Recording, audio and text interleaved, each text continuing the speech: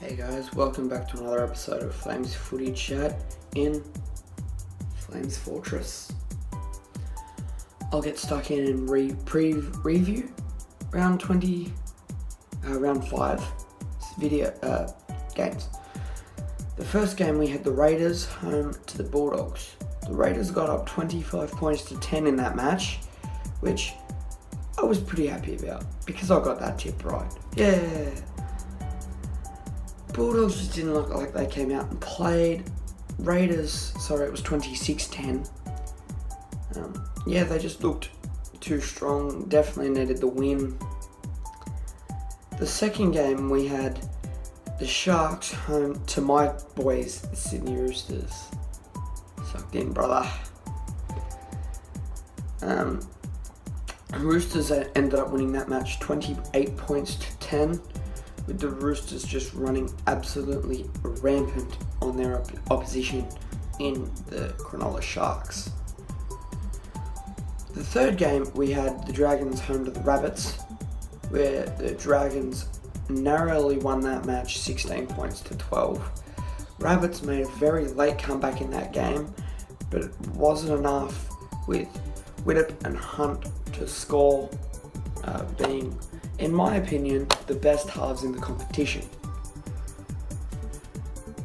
The fourth game, Tigers beat the Storm. I knew they would. It just looked too obvious that they were going to win.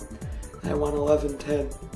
Benji Marshall field goal winning it in the 73rd minute, I think it was. The fifth game, Warriors home to the Cowboys, with the Warriors coming up 22 points to 12 victors.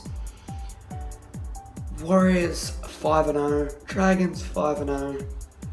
Round 7 is going to be the interesting game where the Warriors play the Dragons. Knights defeating Brisbane 15 points to 10 with a Mitchell Pearce field goal on half time to win it for the Knights.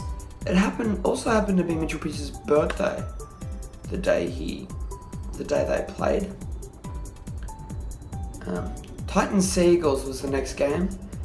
Seagulls losing 32-20. I don't know how that happened. I've got no idea. I thought the Seagulls would have comfortably been on top there, but they weren't, unfortunately. And the final game of round 5, we had the Eels home to Penrith, with Penrith coming up 12 points to 6 winners. Henry Perenara was reffing this match, and it pretty much went as one-sided as you could get it. Perenara really does not like Parramatta, and it's obvious in the way it's been reffed.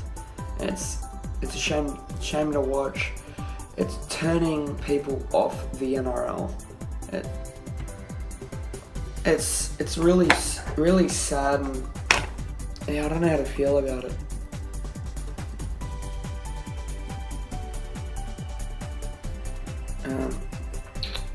I'm just quickly Googling how many penalties there have been already this year.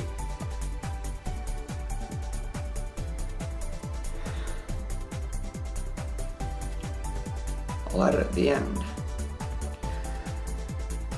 Week 6 starts tomorrow night with the greatest rivalry of them all, Roosters versus Rabbits. I got the Roosters, obviously. Why would I have any other club? I just feel like they'll take a high off beating Cronulla, and Rabbitohs didn't do enough to take any momentum into the Roosters game from the Dragons. The second game, we have the Storm home to the Knights. I'm tipping the Storm in a pretty tight affair here.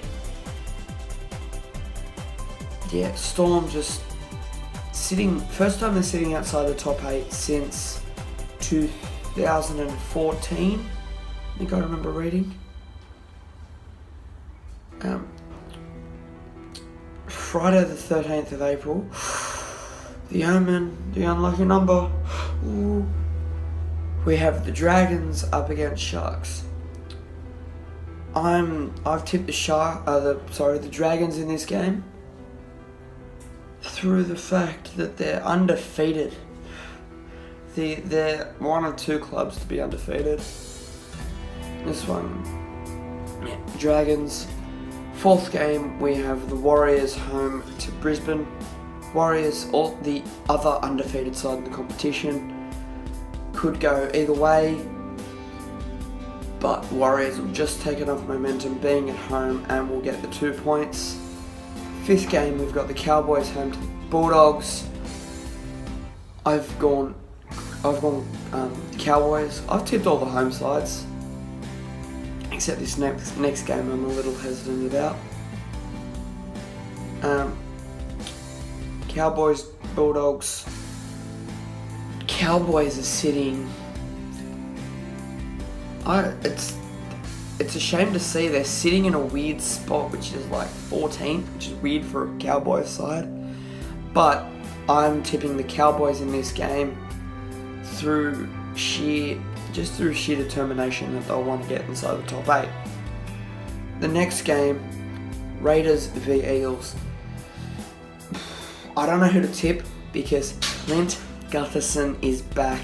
So is Bevan French, with the top 5 for the Eels reading Gutherson, George Jennings, Michael Jennings, Kirisa Mavawa and Bevan French. I want to see the Eels get up and get their first win of the competition, but I just think I'm sticking with the Raiders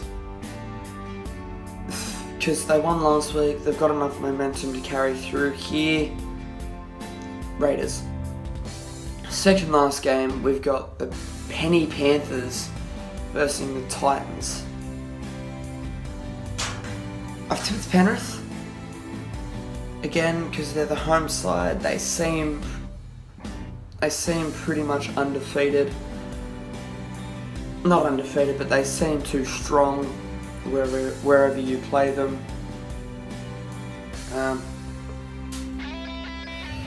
Yeah. And the last game of the round, we have the Seagulls up against the West Tigers. Josh Reynolds is back for the Tigers, named in the run-on slide, where Gutherson's named in the 13, so he'll definitely play. I've gone the Seagulls. I've tipped all the home sides.